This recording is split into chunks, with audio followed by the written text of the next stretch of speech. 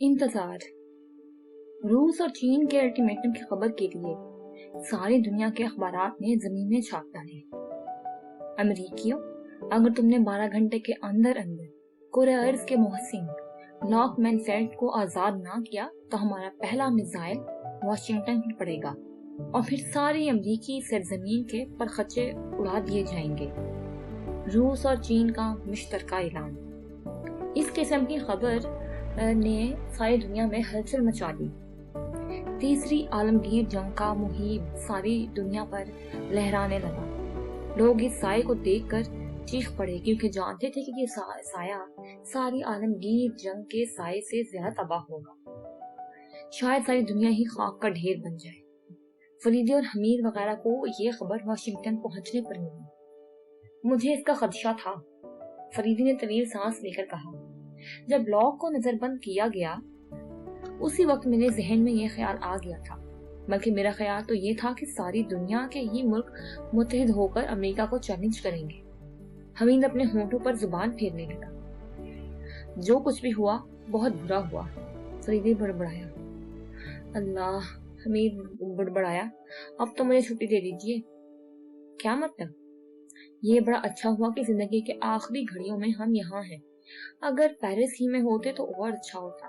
खैर, मैं चाहता हूँ कि आखिरी घड़ियां यहाँ के हुस्न में डूब कर गुजार दूं। मुझे खुशी है कि तुम इन हालात में भी इस पेट के साथ भूल सकते हो, फरीदी ने खफीफ सी मुस्कुराहट के साथ कहा। लेकिन शायद तुम्हें यकीन नहीं कि जंग छिड़ जाएगी। यकीन ना होने का क्या सवाल है? क्यों? अमेरिकी हुकूमत लॉ को हरगिज नहीं छोड़ेगी। ये लोग सारी दुनिया से टकरा कर फना हो जाएंगे, लेकिन इस तौहीन को बर्दाश्त नहीं करेंगे। जंग तो इनके लिए नागुज़ीर हो चुकी है। फरीदी कुछ सोचने लगा। तो फिर आप मुझे छुट्टी दे दीजिए ना, हमीद बोला। खुदा रब इन हालात में तो अपने साथ घसीटते घसीटते ना फिरिए। जाहिर है कि अब आप इस जंग को तो नहीं रोक सकते, लिहाजा मुझे अपनी जिंदगी की आखिरी घड़ियों को रंगीन बना लेने दीजिए। आपका कुछ न बिगड़ेगा तो मुझे गरीब का भला हो जाएगा। आखिरी जुमला हमीद ने कुछ ऐसे मासूमे से कहा कि फरीदी को तो हंसी आ गई। सुगर, तुम इन हालात में भी अपनी फितरत नहीं बदल सकते। इंसानी फितरत का बदलना बहुत मुश्किल होता है, हमीद ने सर हिलाकर कहा। दफ्तर टेलीफोन की घंटी बजी और फरीदी ने हाथ बढ़ाकर रिसीवर उठाया। हेलो, कौन बोल रहा है? दूसरी तरफ से भारी भरकम लहजे में कहा गया। आप किससे बात करना चाहते हैं? फरीदी बोला। ठीक है, हमने पहचान लिया आपको, दूसरी तरफ से कहा गया। हम नवाब साहब फरखाबाद बोल रहे हैं।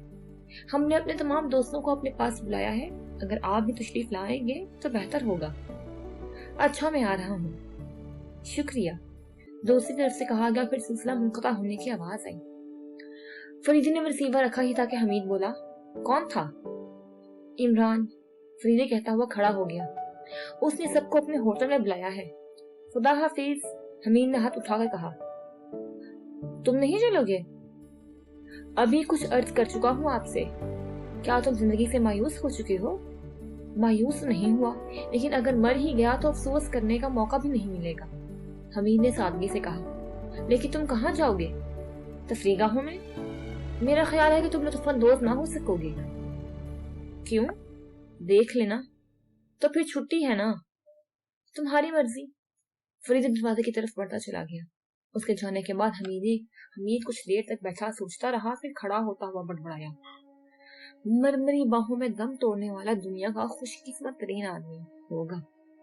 होटल से निकलकर उसने वहां के सबसे मशहूर और एक ऐसे क्लब का रुख किया जो सिर्फ मेंबरान ही के लिए मखसूस नहीं था। दूसरे भी वहां जा सकते थे, लेकिन 2-3 घंटे आवारा गर्दी करने के बावजूद हमीद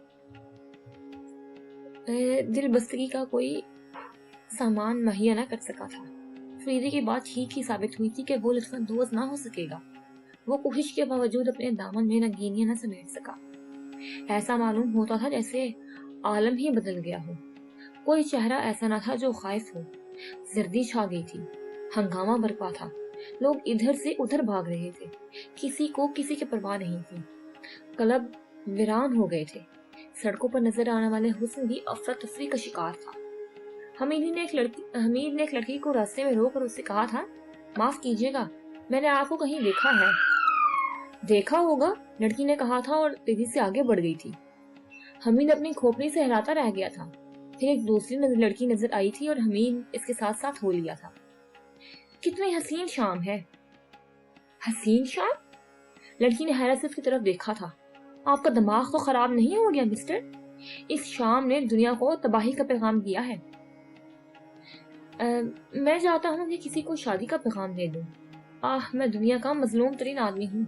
क्या आप किसी क्लब में चलकर मेरे साथ 2-1 राउंड नाचना पसंद करेंगे? यू शट अप, लड़की ने झुलाकर कहा था और फिर हाथ उठाकर एक टैक्सी रुकवाई थी। फिर हमीद देखता ही रह गया था और वो लड़की टैक्सी में बैठकर ये जा वो जा। इसके बाद हमीद ने इसी किस्म की 3-4 हरकतें और की, लेकिन मायूसी ही का सामना करना पड़ा था।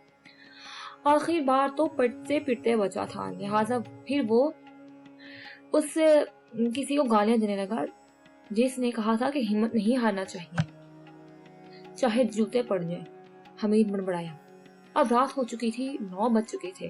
गोया अल्टीमेटम का वक्त खत्म होने में 7 घंटे बाकी रह गए थे। 4 बजे इस अल्टीमेटम का वक्त खत्म हो जाता। हमीद ने बोर हो जाने के बाद वापस होटल का रुख किया। फरीदी मौजूद था। हमीद का लटका हुआ मुंह देखकर खफीफ सा मुस्कुराया। मैंने कहा था ना कि लुत्फानंदोज ना हो सकोगे। लाहौर भला। हमीद मुंह बनाकर बैठता हुआ बोला, ऐसा भी क्या खौफ? अरे जब मरने का वक्त करीब आए तो इस वक्त को ज्यादा से ज्यादा खुशगवार बनाना चाहिए। खैर हो गया, आप कब आए? कोई 20 मिनट हुए होंगे। इमरान ने क्यों बुलाया था? इसीलिए कि मौजूदा हालात के सिलसिले में गौर खुश किया जाए। फिर हालात की इस नई करवट ने हमें महज तमाशाई बना दिया है। हम इस जंग को नहीं रोक सकते। ये टकराव तो अब होकर ही रहेगा। इंजाम का फैसला मुस्तकबिल को करना है। वैसे इमरान ने एक बात बड़े पते की है। वो क्या? यही कि शायद अमेरिका लॉक को छोड़ने पर आमादा हो जाए। अहमकाना बात, हमीद ने मुंह बनाकर कहा। पहले दलील सुनो उसकी। अगर उन लोगों ने लॉ को नहीं छोड़ा तो मुमकिन है वाशिंगटन पर गिरने वाला मिसाइल उन डबियों को तबाह कर दे जो लॉ ने किसी जगह छुपा रखी हैं। जाहिर है कि डबियों की तबाही इन गोलियों की तबाही होगी। गोया वो खौफनाक कुव्वत आजाद हो जाएगी जो इन डबियों की गोलियों में पोशीदा है। इस तरह सारा अमेरिका मौत की मीठी नींद सो जाएगा। क्या अमेरिकी हुकूमत इस बात को नहीं सोच रही होगी? वाकई, हमीद ने पलके चिपकाते हुए कहा। इमरान बड़े दूर की कोड़ी लाया है, लेकिन यह भी मुमकिन है कि इस बात को सोचने के बावजूद अमेरिकी हुकूमत लड़ मरने पर आमादा हो जाए। फरीदी ने सिगार का कश लेकर कहा, मगर इस सूरत में यह जंग ज्यादा तवील न खेल सकेगी। इन डिबियों के तबाह होते ही अमेरिका तबाह हो जाएगा और जंग खत्म हो जाएगी। इसके अलावा एक और ख्याल भी है मेरे जहन में, वो ये कि उन्होंने लॉक से वो डिबियां हासिल कर ली हो और इन्हें खोलने की कोशिश में मसरूफ हों। लेकिन अखबारात में आ रहा है कि लॉक ने अब तक कुछ नहीं बताया। ये अमेरिकी हुकूमत का प्रोपेगेंडा भी हो सकता है। फरीदी ने कहा और फिर बोला, अगर अब अमेरिकी डिबियों को खोलने में कामयाब हो जाते हैं तो हालात यकसर बदल जाएंगे। हमीद ने सर हिलाने लगा। फिर उसने पूछा, मालानोफ और फिलिप को लॉक के बंगले पर भेजा गया था, उसका क्या हुआ? उन दोनों ने रिपोर्ट दे दी है। उनका ख्याल है कि लॉक को रिहा नहीं करवाया जा सकता। बंगले पर बड़ा सख्त पहरा है। छुप छुपा कर अंदर दाखिल होने का कतई इम्कान नहीं है। तमाम पहरेदार टॉमी गनों से मुसल्ले हैं और उनके दरमियान एक गज से ज्यादा फासला नहीं है। तो फिर अब? मैंने कहा ना कि अब हम महज तमाशाई बनकर रह गए हैं, फरीदी ने कहा। इस बात का भी सवाल पैदा नहीं होता कि हम अमेरिका छोड़कर चले जाएं, क्योंकि बैरून मुल्क की तमाम परवाजें मनसूख हो चुकी हैं। किसी दूसरे जरिए से भी अमेरिका से नहीं निकला जा सकता। अल्टीमेटम मिलने के बाद ये अहकामात सादर कर दिए गए थे। अगर ऐसा ना किया गया होता तो इस वक्त अमेरिका में भगदड़ मची हुई होती। वैसे वाशिंगटन से तो लोग भाग ही रहे हैं। सबसे पहले वाशिंगटन ही खतरा दरपेश होगा, इसलिए लोग अमेरिका के दूसरे हिस्से की तरफ भाग रहे हैं। अब हमारे लिए इसके सिवा कोई चारा नहीं रह गया कि इंतजार करें। हालात का इंतजार, रूसी मिसाइलों का इंतजार कीजिए जनाब। यूं कह लो, मगर वाशिंगटन को इतनी आसानी के साथ ठिकाने नहीं लगाया जा सकता जितनी आसानी से रूस और चीन ने कह दिया है। जाहिर है कि अमेरिका भी दमखम रखता है। वाशिंगटन की हिफाजत के लिए इवनी चोरी का जोर लगा देगा। चोटी? हमीद बड़बड़ाया, कितनी हसीन है। क्या बकने लगे? हमीद ने चौंक कर उसकी तरफ देखा और फिर बड़ी संजीदगी से बोला, मुझे अपनी नई दोस्त सिलोनी की चोटी याद आ गई थी। बहुत हसीन चोटी थी। फरीदी मुंह बनाकर उसकी तरफ देखने लगा।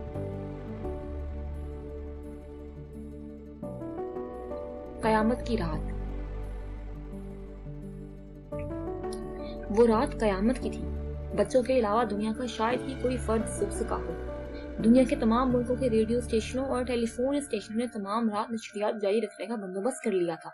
हर एक घंटे के बाद खबरें नशर की जा रही थी। इन्हीं खबरों से लोगों को पता चला था कि अक़वाम मुत्तहिदा के जनरल सेक्रेटरी रूस पहुंच चुके हैं और रूसी रहनुमाओं से उनकी गुफ्तगू जारी है। अल्टीमेटम का निस्फ वक्त गुजर चुका था। सिर्फ 6 घंटे बाकी रह गए थे। सिर्फ 6 घंटे में पूरे अर्ज की किस्मत का फैसला हो जाना था, जिंदगी और मौत का फैसला। दुनिया जानती है कि इस जंग में अगर कोई जिंदा बच सका तो वो दुनिया का खुशकिस्मत तरीन आदमी भी होगा और बदकिस्मत तरीन भी। खुशकिस्मत इसलिए कि इस हवलनाक जंग से बच जाने के इम्कानात बहुत कम थे, और बदकिस्मत इसलिए कि इस जंग के बाद जिंदा बच जाने वाले भी जिंदा दरगोर होते। ताबकारी असरात जिंदगी को अपाहिज कर देते। 7वां घंटा गुजरने पर खबरों में बताया गया कि अक़वाम मुत्तहिदा के जनरल सेक्रेटरी मास्को से वाशिंगटन रवाना हो चुके हैं ताकि सदर अमेरिका से मुलाकात कर सके। 8वां घंटा पूरा नहीं गुजरा था कि वाशिंगटन से टेलीफोन पर एक अहम ऐलान हुआ। 1 घंटे बाद अमेरिका का सदर अपनी कौम और सारी दुनिया से खिताब करने वाला था। उस ऐलान ने सारी दुनिया को मुस्तरब कर दिया। सदर अमेरिका की तकदीर क्या होगी, ये सवाल लोगों के जहन में गूंज रहा था। सभी सोच में पड़ गए थे कि ये तकरीर अमन और सलामती का पैगाम होगी या रूस और चीन के अल्टीमेटम का मुंह तोड़ जवाब। सारी दुनिया के लोग इस वक्त रेडियो और टेलीविजनों के सामने सिमट आए थे। इन्हीं लोगों में इमरान भी था, उसके साथ जूलिया भी थी और दोनों बॉडीगार्ड अभी यानी असद और सफदर भी। वो सारे टेलीविजनों के सामने बैठे थे और इमरान गुनगुना रहा था, मैं तो लंदन से दुल्हन लाया रे, मैं तो लंदन से, हाँ मैं तो लंदन से। खामोश रहो, जूलिया ये जहानी से अंदाज में चीख पड़ी। नहीं खामोश रहूंगा, इमरान ने खुशीली आवाज में कहा। जिंदगी भर तो मैं दुल्हन ला नहीं सका, अब जबकि मौत करीब है तो ख्वाबो ख्याल में भी दुल्हन ला लाऊं। वाह ये अच्छी रही। मैं तो गाऊंगा, मैं तो लंदन से, आज लंदन से, ओह लंदन से दुल्हन लाया रे जी, मैं तो लंदन से। खुदा के लिए इमरान साहब इस वक्त तो संजीदा हो जाइए। सफदर के लहजे से बेजारी टपक रही थी। असद खामोश था। हरगिज नहीं, मैं अपना आखिरी वक्त गाते हुए गुजारना चाहता हूँ, मुझे इस वक्त कोई ताकत नहीं रोक सकती। इमरान फिल्मी अंदाज में डायलॉग बोलने लगा।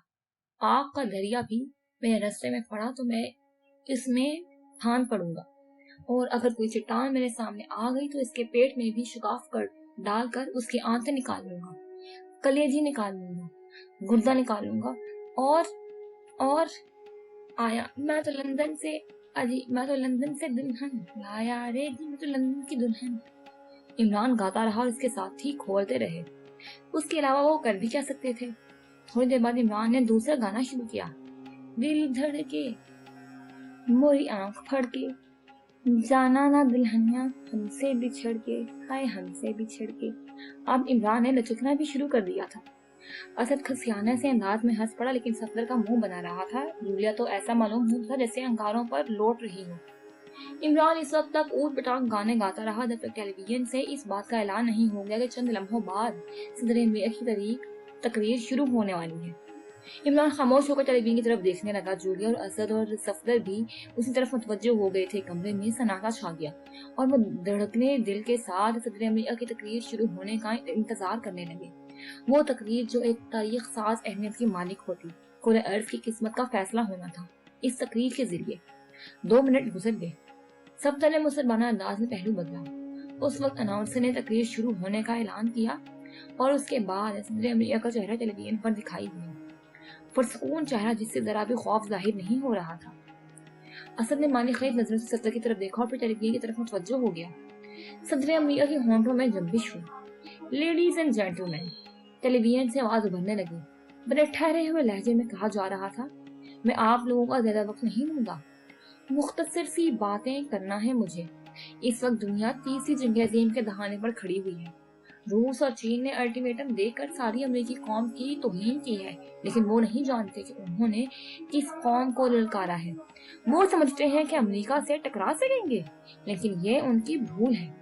اسد کی دھڑکن تیز ہو گئی۔ وہ سمجھ گیا تھا کہ امریکہ لڑنے پر آمادہ ہو گیا ہے۔ ٹیلی ویژن سے آواز ابھرتی رہی۔ امریکہ اس وقت دنیا کی سب سے بڑی طاقت ہے۔ دنیا کا سب سے بڑا حربہ اس وقت میرے ہاتھ میں ہے۔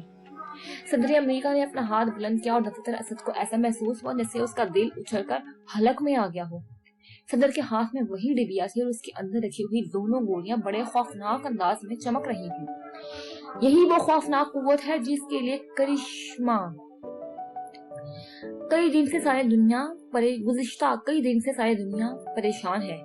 میں آپ لوگوں کو یقین دلاتا ہوں کہ ہمارے سائنسدانوں نے اسے کھولنے کا طریقہ دریافت کر لیا ہے۔ میں ابھی خود بھی وہ تجربہ آپ لوگوں کے سامنے پیش کروں گا۔